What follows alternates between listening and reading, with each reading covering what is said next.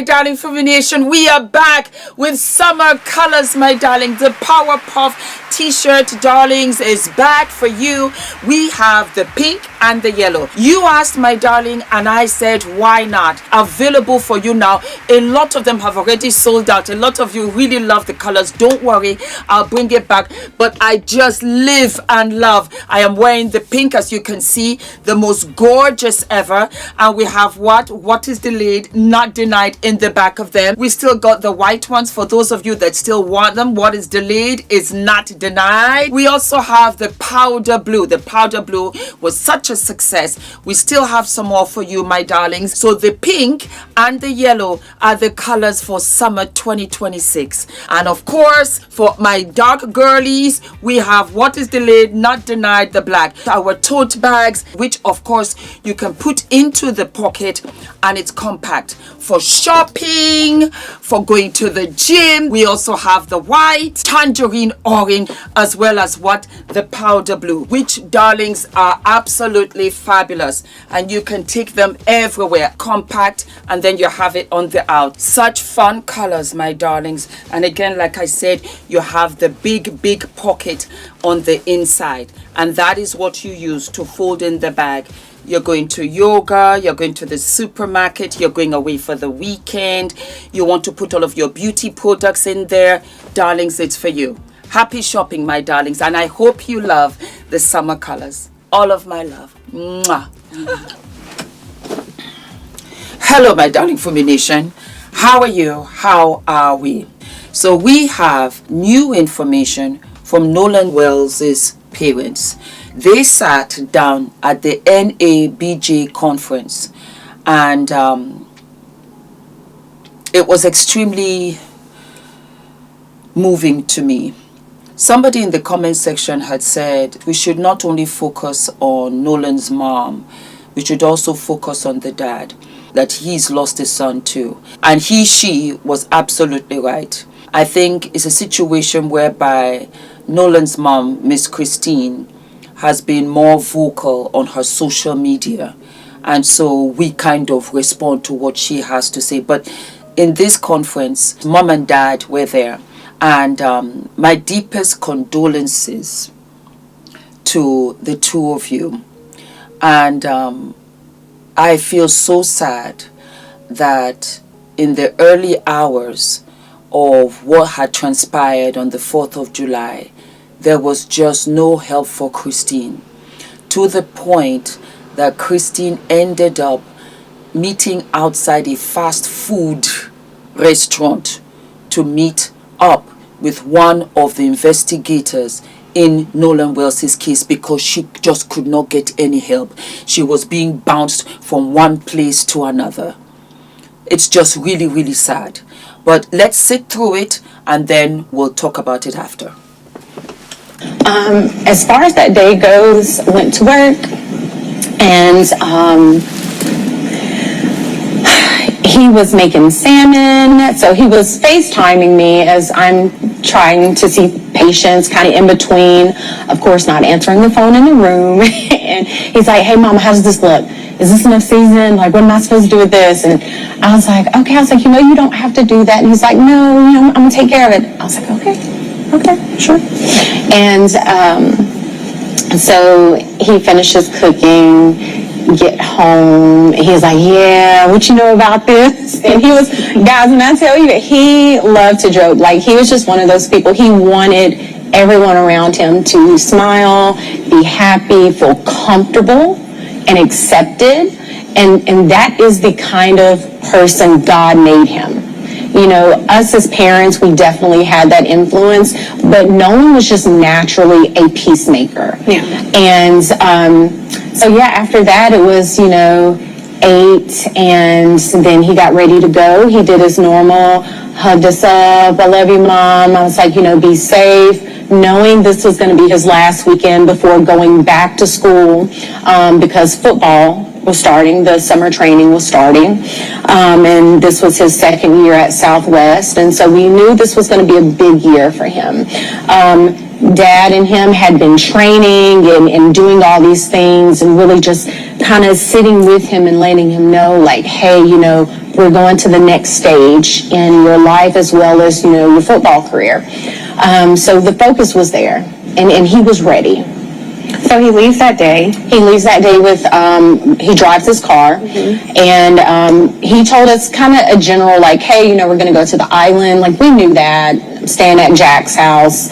And Jack's was a friend I think we've met in passing before. And that's the thing, I always say there's a difference in meeting someone, knowing of someone, and then knowing someone. Knowing implies that we've sat down, we've had discussions about your hopes, your dreams, knowing you, okay, hey, he stayed the night at my house, which Wyatt, one of his friends, he had stayed at our house a couple of times. And then Jack's, again, that was one I just maybe saw in passing a few times. There was only a handful of young men that we actually knew, like, he grew up with. And when I say grew up, I'm saying from, like, first grade, they've known each other all through high school now that they're graduated.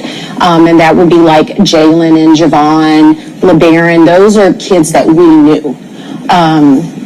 So it's been hard seeing all this kind of play out. Yeah. And, these are people that he considered friends. Yes. Dad, I want to ask you, because it was Warren Hudson, one of the people that he traveled with, who called to alert you all that Nolan was missing. Yes. So we know at 5:44, the boat returns, Nolan is not there. At 11 p.m., he calls to say Nolan is missing. I wonder if either of you, whoever wants to answer, what happened in those few hours that prompted Warren to be concerned? I'm not quite sure what would prompt him to be concerned, but all I can say is what I did that day. So me and my sister, we made an order of pancit, which is a Filipino noodle dish for one of our friends. They were having a big family get-together, and we really didn't have anything planned for the 4th. So me and my sister are, cleaning up, and this is about 8.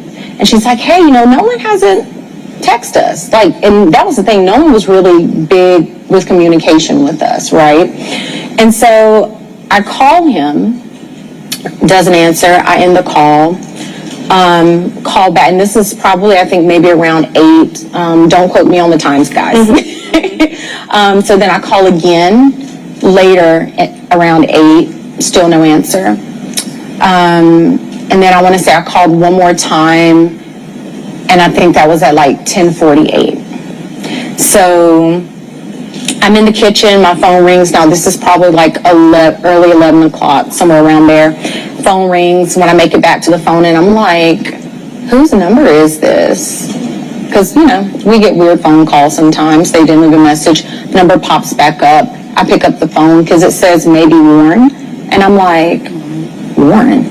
So this is 11:07. That's per my cell phone records.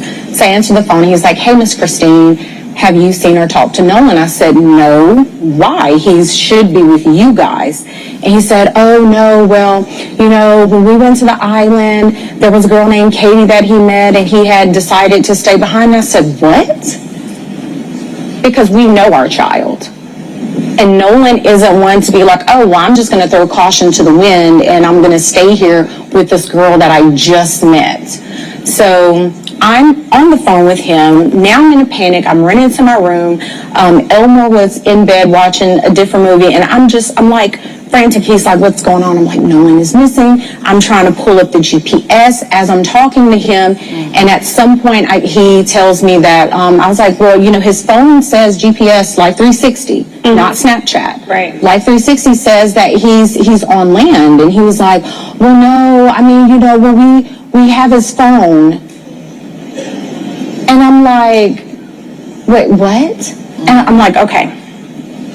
Because at that point, you're telling me, this is coming from Warren, don't worry about it. We're going to find him. It's going to be okay. Don't tell me not to worry. This is my child, my flesh and blood that I brought into this world. And you're telling me not to worry. Absolutely not. So then it was, after the phone call ended, of course, asking him for information. What was he wearing? He was like, last seen, Northwest tip, black shorts, sunglasses. That's important. So I end up calling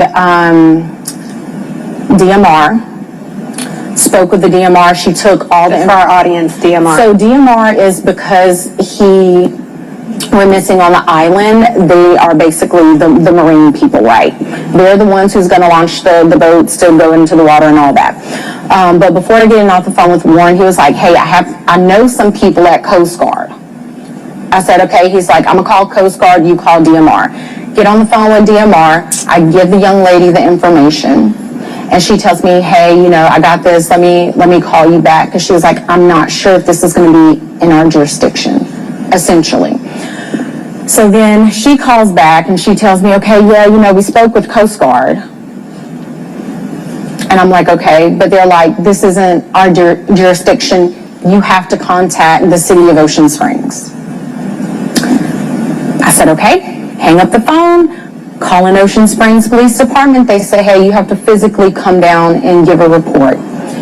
I said, okay. So on our way, because we don't live that far from the police station, on our way there, I was like, well, let me stop by the hospital, because there's a hospital that's maybe 5 minutes up the road from our house. Stop by there. I'm like, hey, have you guys seen this kid? Has he been brought in? The lady's like, no, ma'am, we hadn't. I said, okay, thank you. Run out. We go to the police department. Get to the police station, and the officer basically says, again, this is out of our jurisdiction. And at that point, I'm like, my God, who am I supposed to talk to? Who is supposed to help me with this? So then he said, it's going to be, you would have to call DMR. I was like, we've already called DMR. DMR said it's not in their jurisdiction. So we end up, I think at some point I had called Jackson County Sheriff's Office. Yeah. So she calls back and she's like, hey, are you there? I said, yes, we're here, but he's telling us the same thing you guys told us, which is no, we can't take it. She gets on the phone with a police officer. Now this is Jackson County Sheriff's Department speaking with the Ocean Springs Police Department. Ocean Springs Police Department is saying, this is why we can't take this information. She says, okay. He gives me the phone back, and she's like, okay, I'm just going to take it. I'm just going to take the information. And that was, we met an officer. It was after midnight. Yeah, somewhere after midnight. Met him in the McDonald's parking lot, gave him the information. He was just like, okay, thanks. I was like, where is the urgency? Mm-hmm. Yes. And so, as far as we know, there were no boats on the water that night. We actually, his high school football coach, Coach Bramlett, texted Elmore that morning. He said, hey man, I got a boat. Because again, we don't have boats. Let me make that very clear. We do not have a boat. We're not boating people. We don't do water like that, okay? So Coach Bramlett's like, hey, I got a boat. So we was like, great, let's go. We're on the water. We go out there. We walk the island.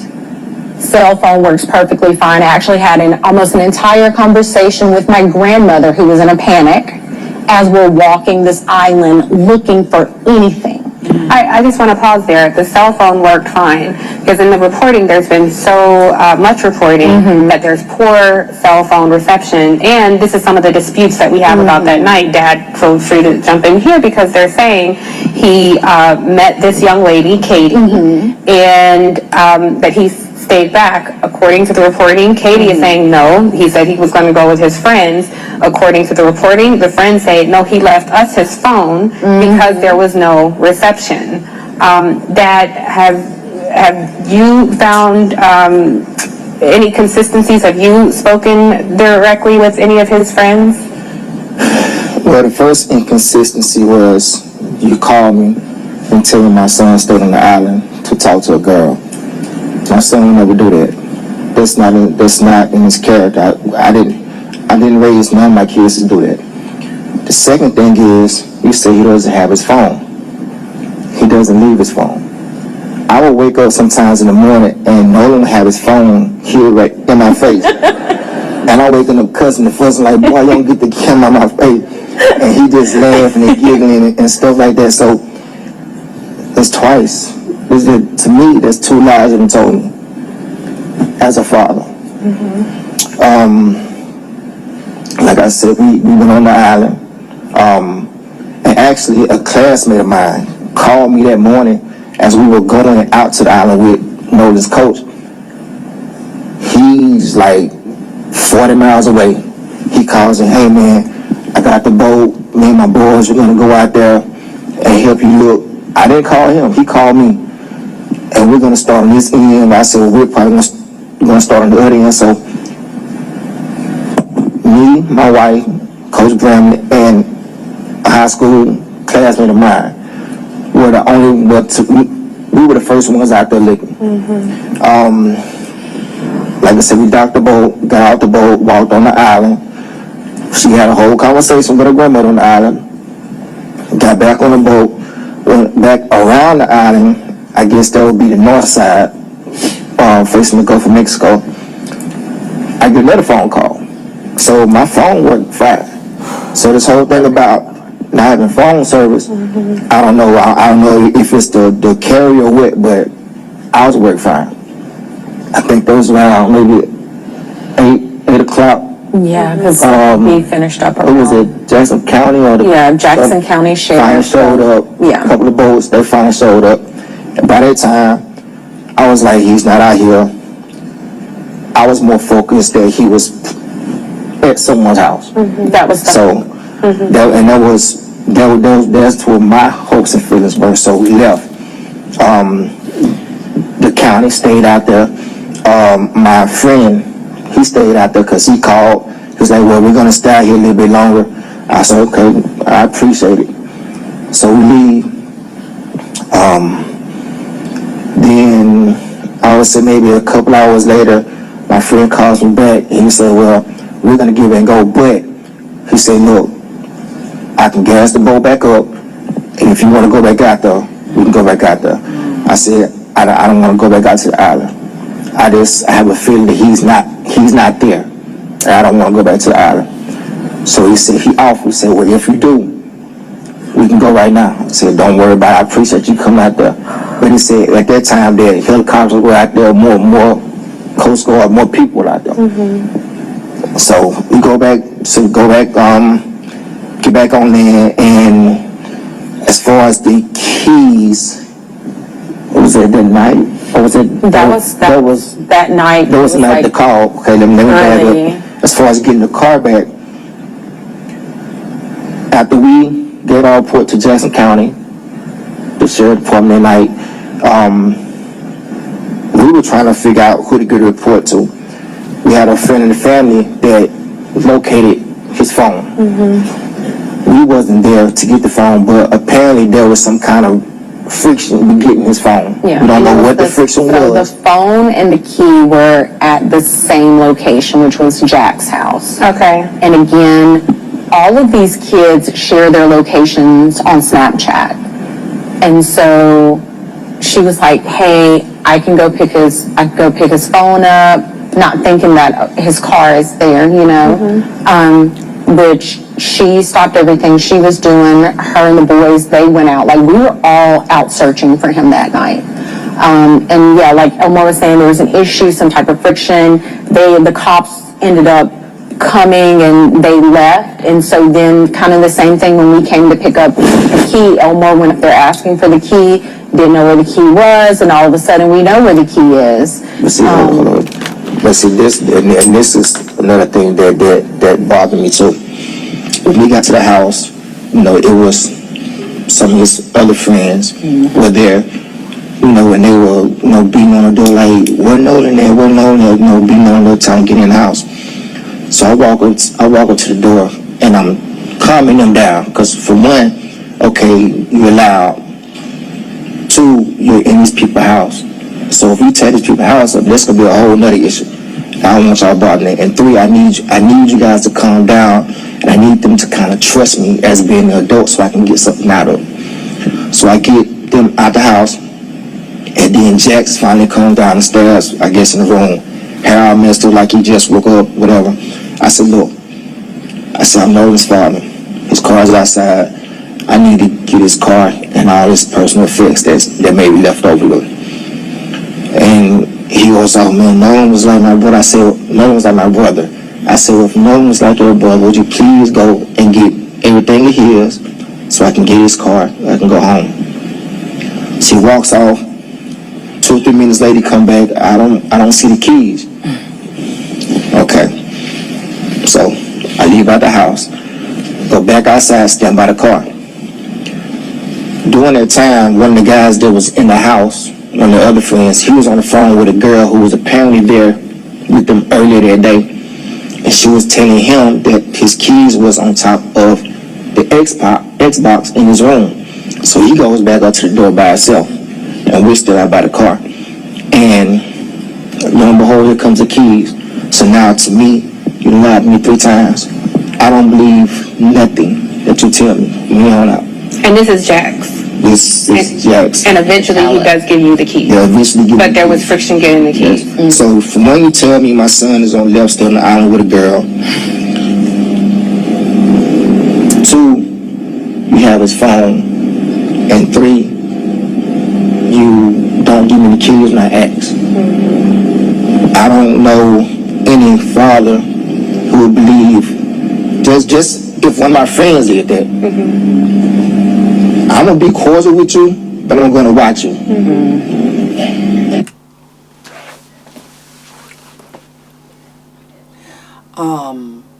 Brandon Tatum had yet a 3rd interview with the boys, and we'll get into that in another episode. He asked the boys so many questions about the phone, but the one question that I wish he had asked the boys, and I still don't understand, when you were leaving him on the island, why didn't you give him his phone? That's all I'm asking. Why did you not give him his phone? Because now you are all leaving him. Okay, let's flip it. He insisted to stay. Take your phone, so that whatever the weather, whatever happens, you can be in contact and reach out. That's one. Secondly, we will never know. The father is right. The father is absolutely right. We will never know if Nolan insisted on staying. That's what the friends told us. Nolan is not here to tell us any different. Because in my head, I'm just saying to myself, what kind of privacy did you need on the island that you couldn't have had on shore? Why wouldn't it have been a situation, oh my God, Katie, would you like to come with us? Come with us and let's talk on the boat, or let's talk when we get on shore.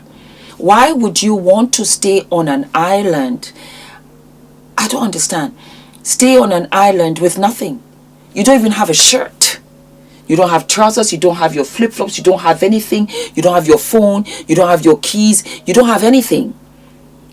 And I understand that you can go back on shore with another boat, but you don't know what boat. You just thought this girl was so mesmerizing. This Katie was so mesmerizing that you threw all caution to the wind, and you stayed with her for Katie to turn around and tell us, we didn't even talk with him long, backed up by her sister, and you and your sister left, and so Nolan was just left on Horn Island by himself.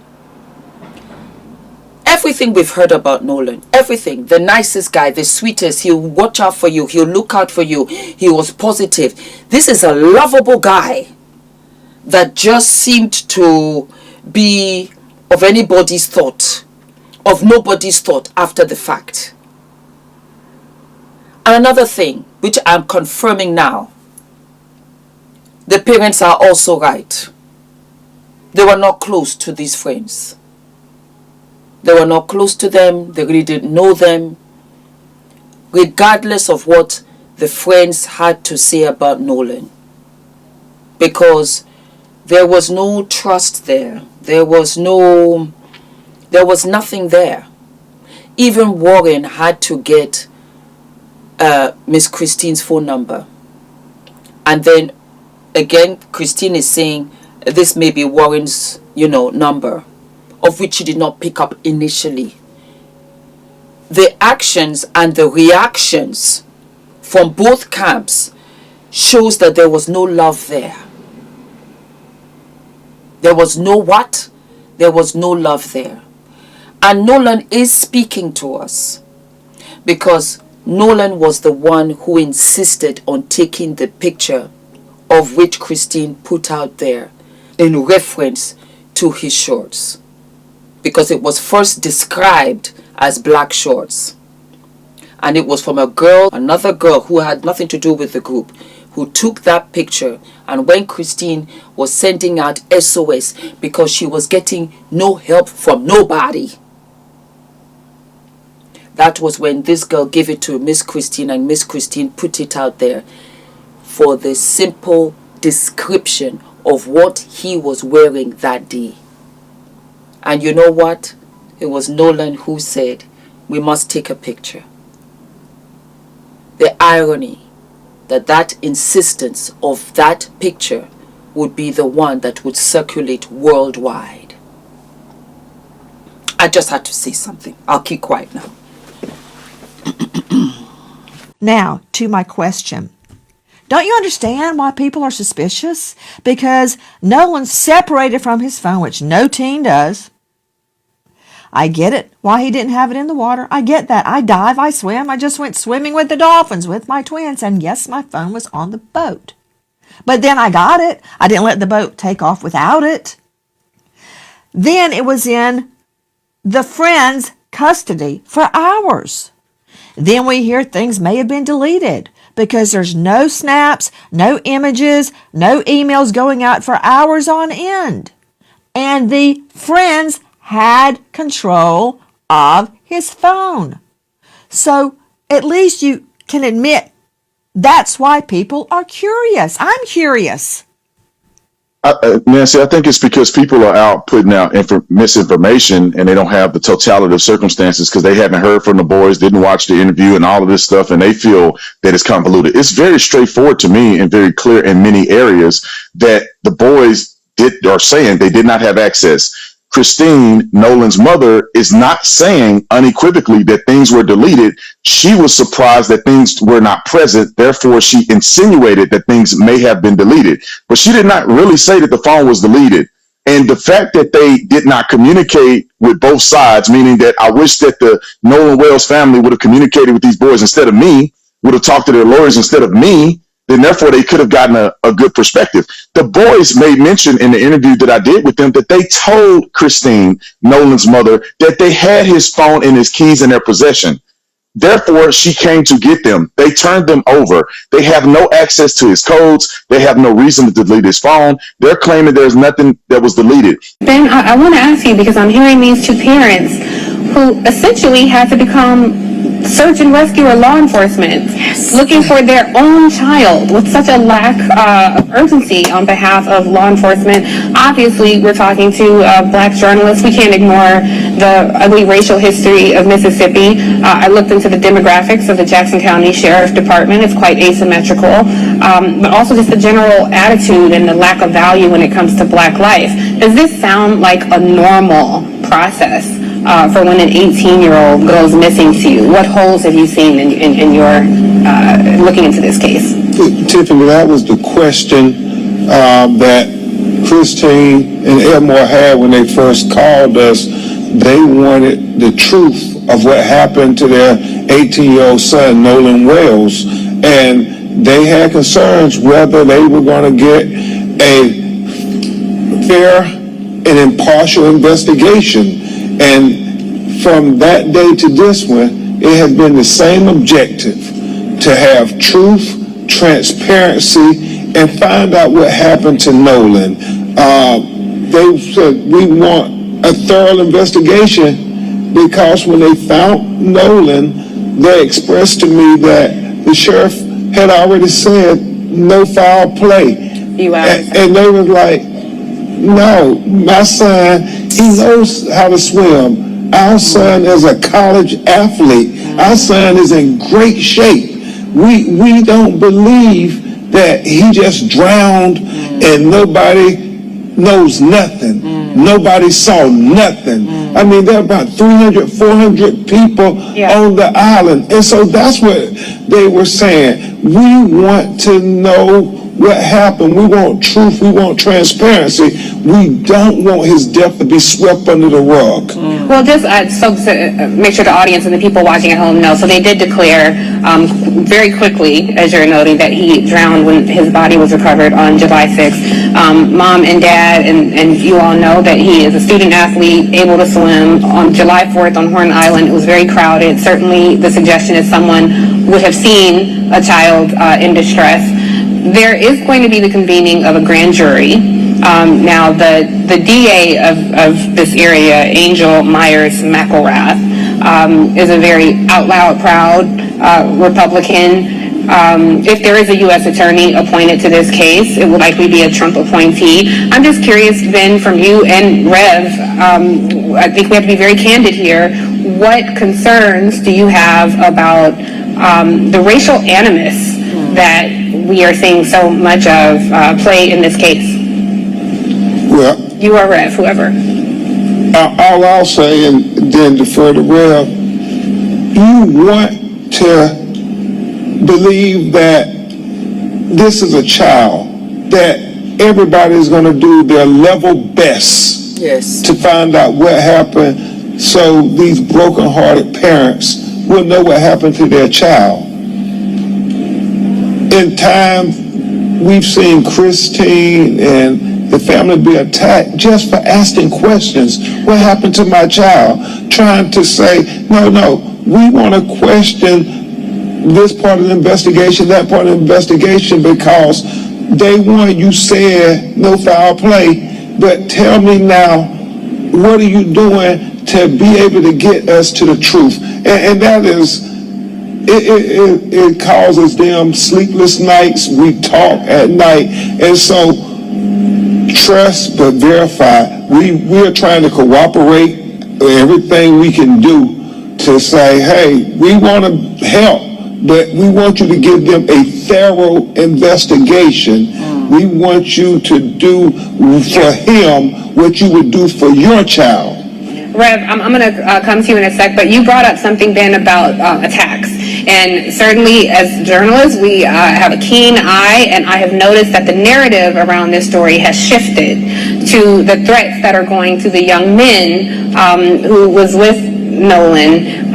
They've hired attorneys who previously represented Donald Trump in cases. They've gone on very MAGA-friendly podcasts. And I just want to make sure that we keep the main thing, the narrative to the victim, to the actual child who died. And I'm curious, Christine, if you can weigh in on what threats have you and your family experienced? So there has been a big smear campaign, just not only professionally but personally for me. And they attached your nursing license. yes, so it started out with 1-star reviews of people saying they saw me. My office verified that these were incorrect. And then it went so much as to someone contacted the Board of Nursing, and then that opened the investigation for the professional misconduct. There was no evidence presented for that claim. And the investigator I spoke with, he said, we have to do our due diligence. I said, I understand it. I respect it. He was like, I'm sorry it's coming at this time. I was like, no, I get it. Do what you have to do, because I know who I am. Yes. I know what kind of care I give to my patients. I know the relationship that we have. And I'm grateful that my patients, a lot of them, are still trusting and loving in the care that they know they're going to get with me. And so these attacks,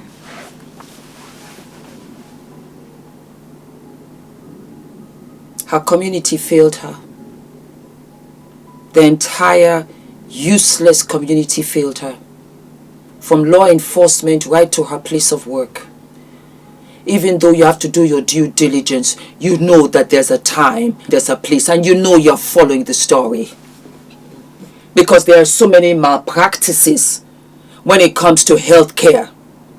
But you know what this woman is going through. and whoever brought it up to say we have to do our due diligence, you don't have an empathetic bone in your body.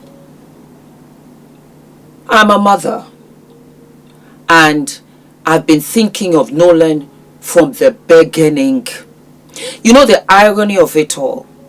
I put out a post because I'm an American that lives abroad, and I put out the post on the 4th of July to say Happy Independence Day. And a lot of my fellow Americans said, Fumi, we don't really celebrate 4th of July. We celebrate Juneteenth. And I said, you know what? You are absolutely right. You are absolutely right.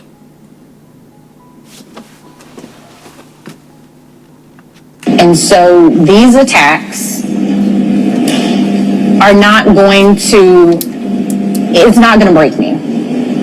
I have to find out.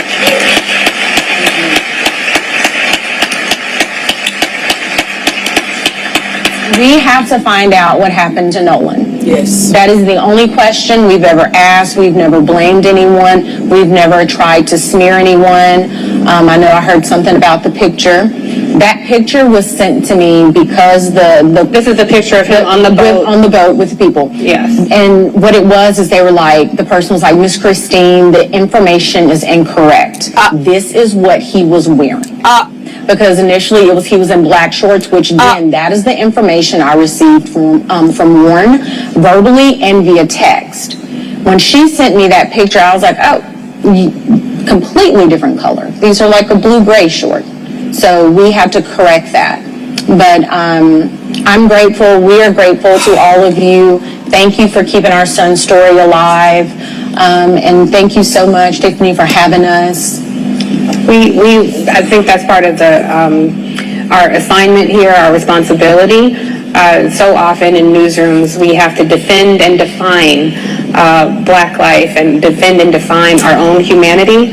And so it makes a difference. The same way in other newsrooms, when you see someone and you feel like they're familiar, that so happens as they resegregate newsrooms and lay off Black journalists en masse, that goes away. So the people in this room have a keen interest in this story because they see your humanity, and that's what we center in this conversation. For us, put that in historical context for us, because as I look at Mississippi, I don't have to tell you of all people some of the immediate thoughts that surface for us here. Well, when I got the call from Ben Crump and he had the parents connected, and they told me the story. I'd not heard the story. I heard something about some in Mississippi. But when I heard the details, the thing that jarred me from a civil rights point of view, and I've been working, Ben has come National Action Network for 20-some years with a case, and then from there on and on and on. And if it's not a civil rights position, we don't get involved.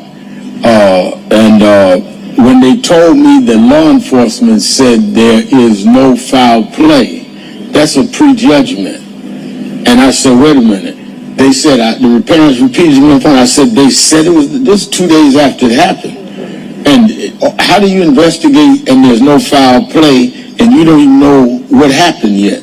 So that's what perked my interest. So I said that, well, we'll be involved and we'll help to the best of our ability. Talked another day or two. I said, y'all come to New York, we'll have a national press conference. That's how we broke the story. The first national press conference they did at our headquarters, National Action Network. And then all of a sudden, it was all of this attack for getting involved. And so, and they asked me to do the eulogy. I said, we'll take care of the funeral. Tyler Perry called me and said, no, I'll take care of it. So the thing that bothered me, one, it was prejudgment. Second, the parents of the guys that were with him start talking about they was going to sue us for getting involved. And sue, I don't even know the kid's name. So you can't say I defamed your son. I don't know your son's name. But I will say this on this stage. I want them to sue me first. And I'll tell you why. No, I'll tell you why. And National Action Network, you serve the papers. Because I want to depose your son. If you sue, the plaintiffs are deposed. So rather than us depend on a Mississippi DA who already had people saying it was no foul, Let's go to civil court, any kind of court you want to go to, because you can't make this make sense. And direct to your point, Tiffany, as I said in the eulogy that I did, I don't know what happened. The parents never said they knew what happened. They never said it was racial.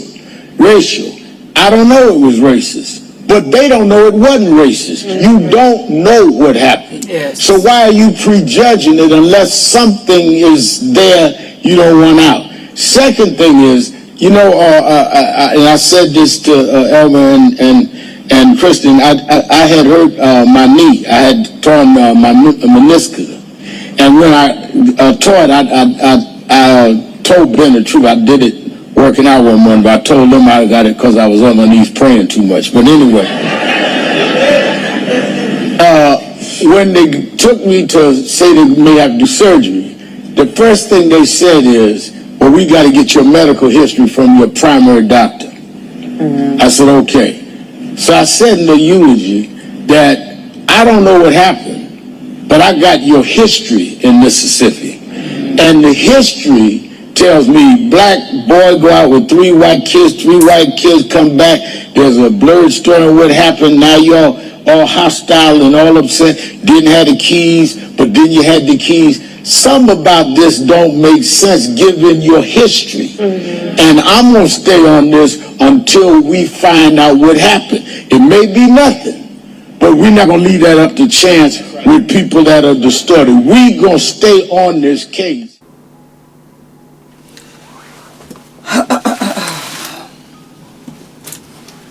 Fumi Nation, when I tell you, this has taken an emotional toll on me all the way in the United Kingdom. I can only imagine what kind of toll it has taken Nolan's family.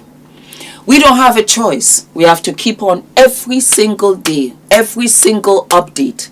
I will be here to give it to you. It's becoming very, very apparent how this family was given this news. And it started with Warren. Warren called the mother, and the mother was in absolute panic because she had a GPS system, a GPS 360, that let her know that her son's phone was on land. It was not reading Horn Island. And so when Warren called, he said, yes, the phone is with them. Again, that glitch is where I really have to look to Warren and his friends.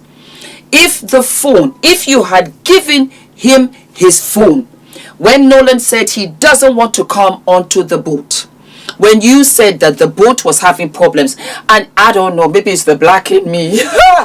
It's the black in me because I swim and I don't mind to get my hair wet. Why would I want to get on a boat that's beginning to gather water? The blackness in me would come right out. And Nolan said, nah, maybe it wasn't even Katie.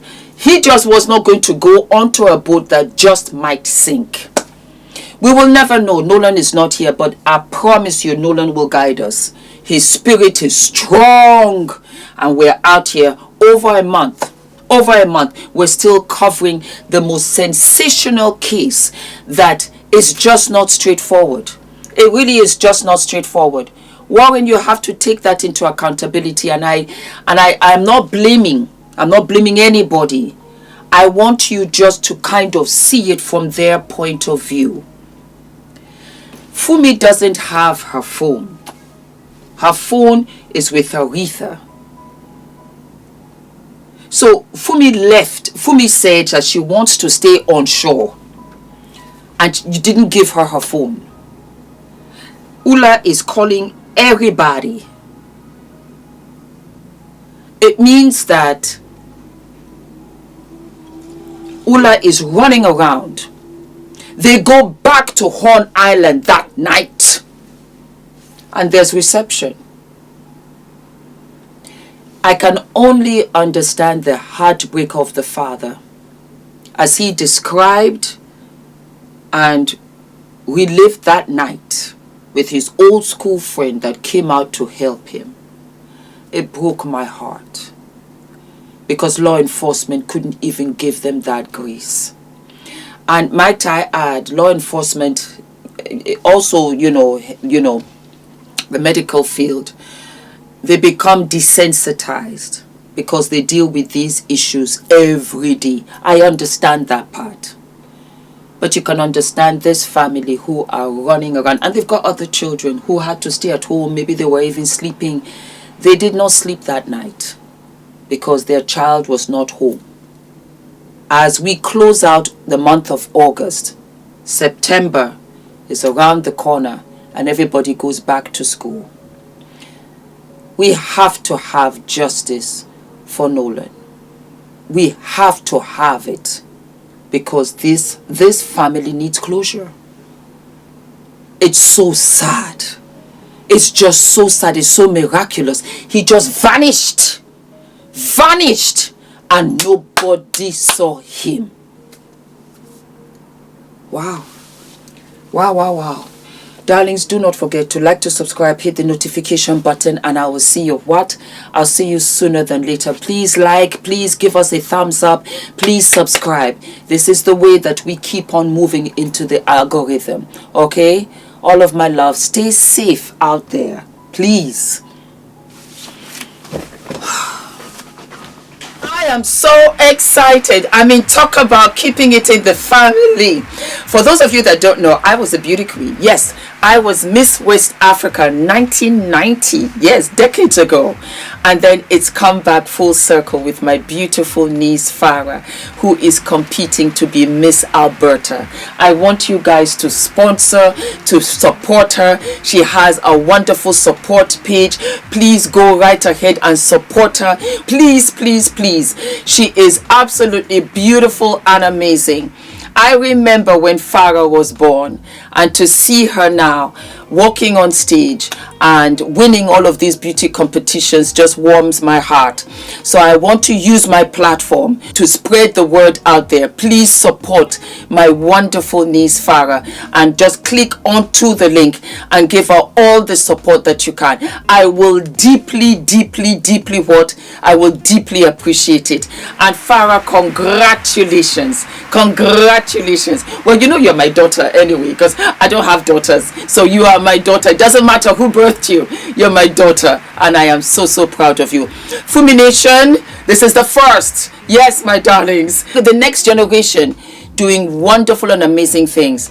And for Farah to walk out on these platforms and really follow in my steps, in my footsteps, I am absolutely speechless. And I want you to support her. Okay, all of my love. Thank you for everything. I love you guys. Mwah. Hi guys, my name is ENITAN, hair coach. I am UK's first ever hair coach and a trichologist. We are a team of trichologists and hair coaches here in W6 London, and we help those who are desperate and have tried and everything else has failed. We look after those who have chronic scalp concerns, flaky, itchy scalp that's been going on for many years. We help those that have hair loss that has progressed instead of improved, and we help those that just generally want to have a better understanding of better quality hair, length, volume, and reduce that dryness. Visit us by clicking